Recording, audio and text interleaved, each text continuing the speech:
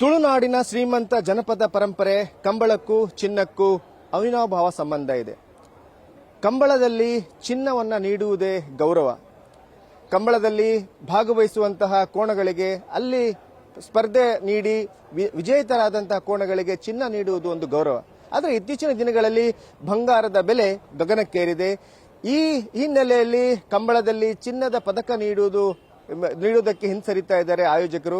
ಇದರ ಬಗ್ಗೆ ಮಾತಾಡಲಿಕ್ಕೆ ನಮ್ಮೊಂದಿಗೆ ಕಂಬಳ ಸಮಿತಿಯ ಅಧ್ಯಕ್ಷರಿದ್ದಾರೆ, ಅವರನ್ನೇ ಮಾತಾಡಿಸ್ತೀನಿ. ಸರ್, ಈಗ ಚಿನ್ನದ ಬೆಲೆ ಏರ್ತಾ ಇದೆ. ಕಂಬಳಕ್ಕೆ ಬರುವಂತಹ ಕೋಣಗಳಿಗೆ, ಒಂದು ವಿಜೇತ ಕೋಣಗಳಿಗೆ ಬಂಗಾರದ ಪದಕ ನೀಡಲಿಕ್ಕೆ ಜನರು ಈಗ ಆಯೋಜಕರು ಮುಂದಾಗ್ತಾ ಇಲ್ಲ. ಹೇಗೆ ನಿಭಾಯಿಸುತ್ತೆ ಸಮಿತಿ? ನಾವು ಚಿನ್ನ ಮತ್ತು ಕಂಬಳ ಇದು ಒಂದಕ್ಕೊಂದು ಬಹಳ ಅವಿನಾಭಾವ ಸಂಬಂಧ. ಕಂಬಳದ ಕೋಣದ ಯಜಮಾನರು ಕಂಬಳಕ್ಕೆ ಬರುವಂತದ್ದು ಯಾವುದೇ ಗೌರವ ಸಿಗುವುದು ಅಂತ ಹೇಳಿದ್ರೆ ಅದು ಚಿನ್ನದ ಪದಕ.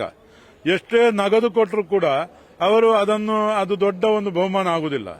ಅವರು ತಾವು ಕೊಡುವಂತ ಚಿನ್ನದ ಪದಕ ಅಂತ ಹೇಳಿದ್ರೆ ಅದು ಅವರ ಒಂದು ಬಹಳ ದೊಡ್ಡ ಪ್ರತಿಷ್ಠೆ ಕಂಬಳದಲ್ಲಿ. ಆದ್ರಿಂದ ಇದು ಬಹಳ ವರ್ಷಗಳಿಂದ ನಿರಂತರವಾಗಿ ಚಿನ್ನ ಕೊಡುವಂತದ್ದು ನಡ್ಕೊಂಡು ಬಂದಿದೆ.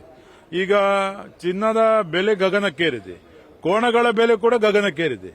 ಒಬ್ಬ ಯಜಮಾನ ಕೋಣಗಳನ್ನು ಖರೀದಿ ಮಾಡುವುದಾದ್ರೂ ಕೂಡ ಲಕ್ಷಾಂತರ ಬೆಲೆ ಇದೆ ಒಳ್ಳೆ ಒಳ್ಳೆ ಕೋಣಗಳಿಗೆ. ಆ ಕೋಣಗಳನ್ನು ಸಾಕುವುದು ಒಂದು ದೊಡ್ಡ ಸವಾಲು. ನಮಗೆ ವ್ಯವಸ್ಥಾಪಕರುಗಳಿಗೆ ಕಂಬಳವನ್ನು ಮಾಡುವುದು ದೊಡ್ಡ ಹೊರೆ. 40 ರಿಂದ 50 ಲಕ್ಷ ತಗಲ್ತದೆ ಒಂದೊಂದು ಕಂಬಳ ಮಾಡಲಿಕ್ಕೆ. 18 ಲಕ್ಷ ರೂಪಾಯಿ ಚಿನ್ನಕ್ಕೆ ಬೇಕಾಗ್ತದೆ ನಮಗೆ ಒಂದು ಕಂಬಳದಲ್ಲಿ. ಆದ್ರಿಂದ ಕೆಲವರಿಗೆ ಸವಾಲಾಗಿದೆ ಅದು ಹೇಗೆ ನಾವು ಇನ್ನು ಇದನ್ನು ಚಿನ್ನವನ್ನು ಕ್ರೋಢೀಕರಿಸುವುದು ಅಂತ. ಆದರೆ ನಮ್ಮ ಕಂಬಳದಲ್ಲಿ ಎಲ್ಲೂ ಕೂಡ ಯಾವತ್ತೂ ಕೂಡ ಈ ಚಿನ್ನಕ್ಕೆ ಕಡಿಮೆ ಆಗಿಲ್ಲ. ಎಲ್ಲಾದ್ರೂ ಒಬ್ಬರಲ್ಲ ಒಬ್ಬರು ಕಂಬಳಕ್ಕೆ ಸಹಕಾರ ನೀಡಿಕೊಂಡು ಬಂದಿದ್ದಾರೆ. ನಮ್ಮ ಈ ಆಲೋಚನೆ ಚಿನ್ನವನ್ನು ನಾವು ಕಡಿತಗೊಳಿಸುವಂತದ್ದು ಅಥವಾ ಚಿನ್ನದ ಬದಲಿಗೆ ಬೇರೆ ಬಹುಮಾನ ಕೊಡುವ ಬಗ್ಗೆ ಏನು ಚಿಂತನೆ ಇಷ್ಟವರೆಗೆ ಆಗಿಲ್ಲ. ಈ ವರ್ಷದ ಎಲ್ಲ ಕಂಬಳಗಳಲ್ಲೂ ಕೂಡ ನಾವು ಚಿನ್ನದ ಪ್ರಥಮ ಬಹುಮಾನಕ್ಕೆ ಚಿನ್ನದ ಪವನ್, ದ್ವಿತೀಯ ಬಹುಮಾನಕ್ಕೆ ಅರ್ಧ ಪವನ್, ಹೆಚ್ಚಿಗೆ ಇದ್ದವರು 2 ಪವನ್ ಕೂಡ ಕೊಟ್ಟಿದ್ದಾರೆ. ಅದೇ ಮುಂದೆ ಇದಕ್ಕೆ ಸರ್ಕಾರದ ಸಹಕಾರವನ್ನು ಕೂಡ ನಾವು ಬಯಸ್ತಾ ಇದ್ದೇವೆ. ಸರ್ಕಾರ ಅನುದಾನವನ್ನು ಜಾಸ್ತಿ ಮಾಡಬೇಕು. ಅದರೊಂದಿಗೆ ನಾವು ಈ ಚಿನ್ನ ಕಂಬಳದ ಖರ್ಚಿಗೋಸ್ಕರ ದೊಡ್ಡ ದೊಡ್ಡ ಮೆಗಾ ಸ್ಪಾನ್ಸರ್ಗಳನ್ನು ಹುಡುಕುವ ಪ್ರಯತ್ನವನ್ನು ಸಮಿತಿ ಮಾಡ್ತಾ ಇದೆ. ಈಗ ಒಂದು ಕಂಬಳ ನಡೆಸಲಿಕ್ಕೆ ಸರ್ಕಾರ ಕೊಡ್ತಾ ಇರುವಂತದ್ದು 5 ಲಕ್ಷ ರೂಪಾಯಿ. ಆದರೆ ಒಂದು ಕಂಬಳ ನಡೆಸಬೇಕಾದ್ರೆ 50 ರಿಂದ 60 ಲಕ್ಷ ರೂಪಾಯಿ ಬೇಕು. ಅದನ್ನು ಯಾವ ರೀತಿ ಹೊಂದಾಣಿಕೆ ಮಾಡಿಕೊಂಡು ಸರ್ಕಾರದಿಂದ ಮುಂದೆ ಅದಕ್ಕೆ ಹೆಚ್ಚಿನ ಅನುದಾನ ಕೇಳ್ತೀವಿ? ನಾವು ಈಗಾಗಲೇ ಸನ್ಮಾನ್ಯ ಮುಖ್ಯಮಂತ್ರಿಗಳು ಈಗ ಕಂಬಳಕ್ಕೆ ರಾಜ್ಯ ಮಾನ್ಯತೆ ಕೊಟ್ಟಿದ್ದಾರೆ. ಕ್ರೀಡಾ ಪ್ರಾಧಿಕಾರದಿಂದ ಕಂಬಳಕ್ಕೆ ಒಂದು ವಿಶೇಷವಾದಂತಹ ಗೌರವ ಸಿಕ್ಕಿದೆ. ಕಂಬಳ ಅಸೋಸಿಯೇಷನ್ ಆಗಿದೆ. ನಾವು ಮುಖ್ಯಮಂತ್ರಿ ಹತ್ರ ಮನವಿ ಮಾಡಿದ್ದೇವೆ, ನಮಗೆ 5 ಕೋಟಿ ರೂಪಾಯಿ ಬಜೆಟ್ ಅಲ್ಲಿ ಕಂಬಳಕ್ಕೆ ಮೀಸಲಿಡಬೇಕು. 2.5 ಕೋಟಿ ಪ್ರವಾಸೋದ್ಯಮ ಇಲಾಖೆಯಲ್ಲಿ, 2.5 ಕೋಟಿ ಕ್ರೀಡಾ ಇಲಾಖೆಯಲ್ಲಿ ಮೀಸಲಿಡಬೇಕು. ಈ ಮೂಲಕ ಕಂಬಳದ ದೊಡ್ಡ ಹೊರೆಯನ್ನು ಸ್ವಲ್ಪ ಕಡಿಮೆ ಮಾಡಬೇಕು. ಕಂಬಳ ಕೇವಲ ಮೋಜು ಮಸ್ತಿಗಾಗಿ ನಡೆಯುವ ಕ್ರೀಡೆ ಅಲ್ಲ. ಇದು ರೈತಾಪಿ ವರ್ಗದ ಒಂದು ಜೀವನಾಡಿ ಕ್ರೀಡೆ. ಇದಕ್ಕೆ ಬಹಳಷ್ಟು ವರ್ಷದ ಇತಿಹಾಸ ಇದೆ. ಲಕ್ಷಾಂತರ ಜನ ವೀಕ್ಷಣೆ ಮಾಡ್ತಾರೆ. ಕಂಬಳದಿಂದಲೇ ಜನಪ್ರತಿನಿಧಿಗಳಾಗಿದ್ದಾರೆ, ಶಾಸಕರುಗಳಾಗಿದ್ದಾರೆ, ಸಂಸದರುಗಳಾಗಿದ್ದಾರೆ, ವಿವಿಧ ಜನಪ್ರತಿನಿಧಿಗಳು ಕಂಬಳ ಕ್ಷೇತ್ರದಲ್ಲಿ ಇದ್ದಾರೆ, ಅದರ ವ್ಯವಸ್ಥಾಪಕರುಗಳು ಇದ್ದಾರೆ. ಆದ್ರಿಂದ ಇದೊಂದು ಜನರ ಮನಸ್ಸಲ್ಲಿರುವ ಕ್ರೀಡೆ.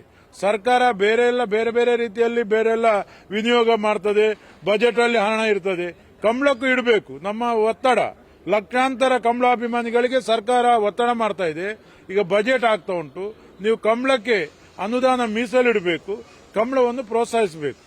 ಈಗ ಇನ್ನೊಂದಂತ ಹೇಳಿದ್ರೆ ಬಂಗಾರದ ಬೆಲೆ ಏರಿಕೆ ಆಗ್ತಾ ಇದೆ. ಮತ್ತು ಕೆಲವರು ಆಯೋಜಕರು ನಾವು ಮುಂದೆ ಚಿಂತನೆ ಮಾಡ್ತೇವೆ, ಬಂಗಾರ ಕೊಡುವ ಬಗ್ಗೆ ಚಿಂತನೆ ಮಾಡ್ತೇವೆ ಅಂತ ಹೇಳಿದ್ದಾರೆ. ಈಗ ನೀವು ಹೇಳಿದ್ರಿ ಮೆಗಾ ಸ್ಪಾನ್ಸರ್ಗಳನ್ನ ನಾವು ಹುಡುಕ್ತಾ ಇದ್ದೇವೆ ಅಂತ. ಮೆಗಾ ಸ್ಪಾನ್ಸರ್ಗಳು ಹುಡುಕಿದ್ರೆ ಅದರಿಂದ ಏನಾದರೂ ಪ್ರಯೋಜನ ಆಗುತ್ತಾ ಈ ರೀತಿಗೆ? ನಾವು ಈ ಎಲ್ಲ ಉದ್ದೇಶಕ್ಕೆ ಈಗ ಕಂಬಳ ಮಾಡಲಿಕ್ಕೆ ದೊಡ್ಡ ವೆಚ್ಚ ಇದೆ. ಈಗ ದೊಡ್ಡ ದೊಡ್ಡ ಉದ್ಯಮಿಗಳು ನಮ್ಮ ಊರಿನಿಂದ ಅನೇಕ ಉದ್ಯಮಿಗಳು ಮುಂಬೈಯಲ್ಲಿ, ಬ್ಯಾಂಗ್ಳೂರಲ್ಲಿ, ಗಲ್ಫ್ ರಾಷ್ಟ್ರಗಳಲ್ಲಿ, ಬೇರೆ ಬೇರೆ ದೇಶದ ಪ್ರಪಂಚದಲ್ಲಿದ್ದಾರೆ.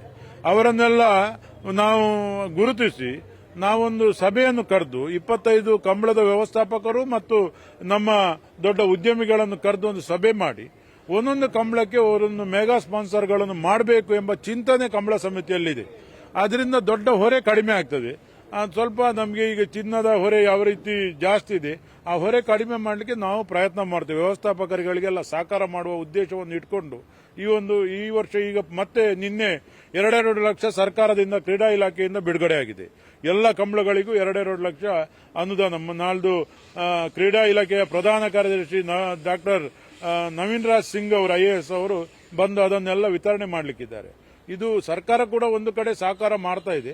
ಮುಂದೆ ಇನ್ನಷ್ಟು ಸಹಕಾರ ಮಾಡಬೇಕೆಂಬ ಭರವಸೆಯಲ್ಲಿ ನಾವಿದ್ದೇವೆ. ಈಗ ನಿಮ್ಮ ಕಂಬಳ ನೆಕ್ಸ್ಟ್ ನಡೀತಾ ಇದೆ, ಐಕ್ಳ ಭಾವ ಕಂಬಳದಲ್ಲಿ ಬಂಗಾರ ಯಾವ ರೀತಿ ಕೊಡ್ತೀರಿ?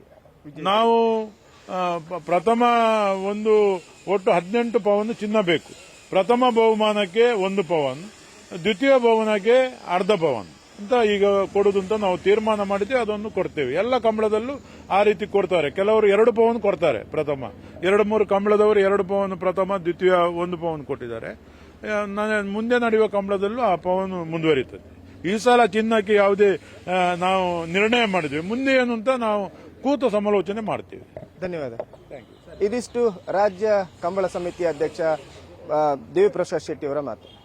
ಕ್ಯಾಮರಾಮನ್ ಪ್ರಶಾಂತ್ ಅವರೊಂದಿಗೆ ಕಿರಣ್ ಸಿರ್ಸಿಕಾ, ನ್ಯೂಸ್ ಫಸ್ಟ್, ಮಂಗಳೂರು.